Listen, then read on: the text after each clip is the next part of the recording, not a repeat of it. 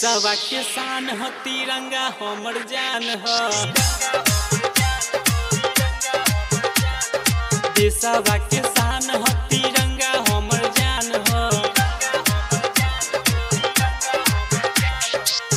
धरती को गहने और चुमत आसमान ह। धरती को गहने और चुमत आसमान ह। देशवा के शान ह तिरंगा हमर जान ह। धरती गगन और चुमत आसमान हो।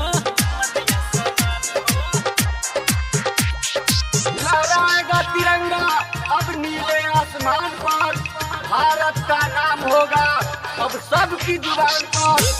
ले लेंगे उसकी जान या दे देंगे अपनी जान, कोई जो उठाएगा हमारे हिंदुस्तान पर, हमारे हिंदुस्तान पर।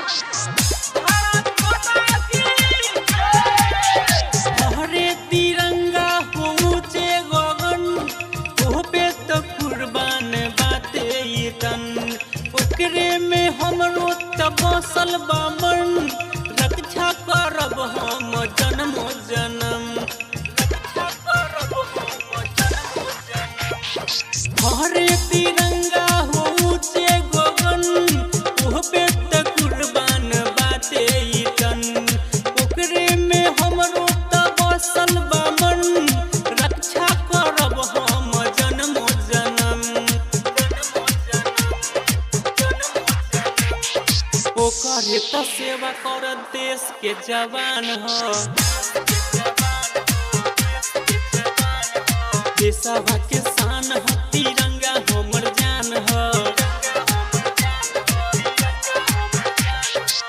धरती को गहने और चुमत आसमान ह। धरती को गहने और चुमत आसमान ह।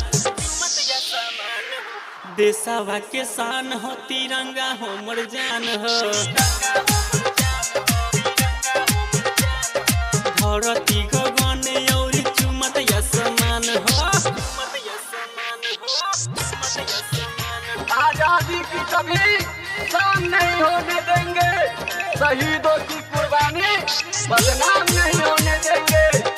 बची हो एक बूंद लहू की तब तक भारत माता का आंचल नीलाम नहीं होने देंगे, नीलाम नहीं होने देंगे। हिंदुस्तान जिंदाबाद, जिंदाबाद, जिंदाबाद। भारत माता की प्यारी बारी धरती मैया, रोजे करब सेवा कैया। जब कभी आफत पड़ी त कुर्बान करब देहिया।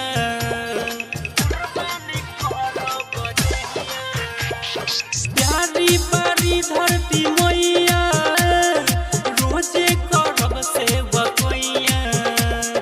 जब कभी आफत पड़ी त कुर्बान कर देहब देहिया।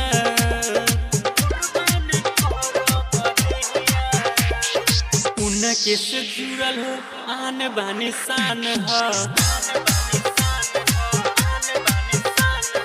देशवा के शान ह तिरंगा हमर जान ह। धरती को गहने और चुमत आसमान ह। धरती को गहने और चुमत आसमान ह। देशवा के शान ह तिरंगा हमर जान ह। देशवा के शान ह तिरंगा पहचान ह।